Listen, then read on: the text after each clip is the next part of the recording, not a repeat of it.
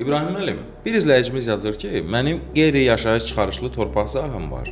Mən onu necə qiymətləndirə, necə dəyərləndirə bilərəm? Biz ona təklif kimi çox da belə deyə bilmərik. Torpağın təyinatı qeyri-yaşayış olduğu üçün seçim özünün ola bilər. Məsəl üçün, orada ilkin olaraq ambar tikə bilər və həmin ambar sahəsini icarəyə verə bilər. Yəni bu kimi dəyərləndirə bilər. Sonra torpaq əgər hər hansı bir magistral və yaxud şəhər daxili yolun kənarındadırsa, qeyri-yaşayış kimi orada dükanlar və s. üçün tikə bilər, icarəyə verə bilər. Yəni bu cür torpağını dəyərləndirə bilər. Amma yenə də qərar onun özünündür. Amma dediyim kimi torpağın təyinatı qeyri-yaşayışdırsa, kommersiya məqsədli torpaqlardırsa, artıq o ancaq kommersiya məqsədli tikililəri orada tikə, onu icarəyə verə və dəyərləndirə bilər və yaxud özü də hər hansı bir fəaliyyətlə məşğul ola bilər həmin tikdiyi ərazidə. Qaraqoyunlu inşaat. İşinizi peşəkarlara həvalə edin.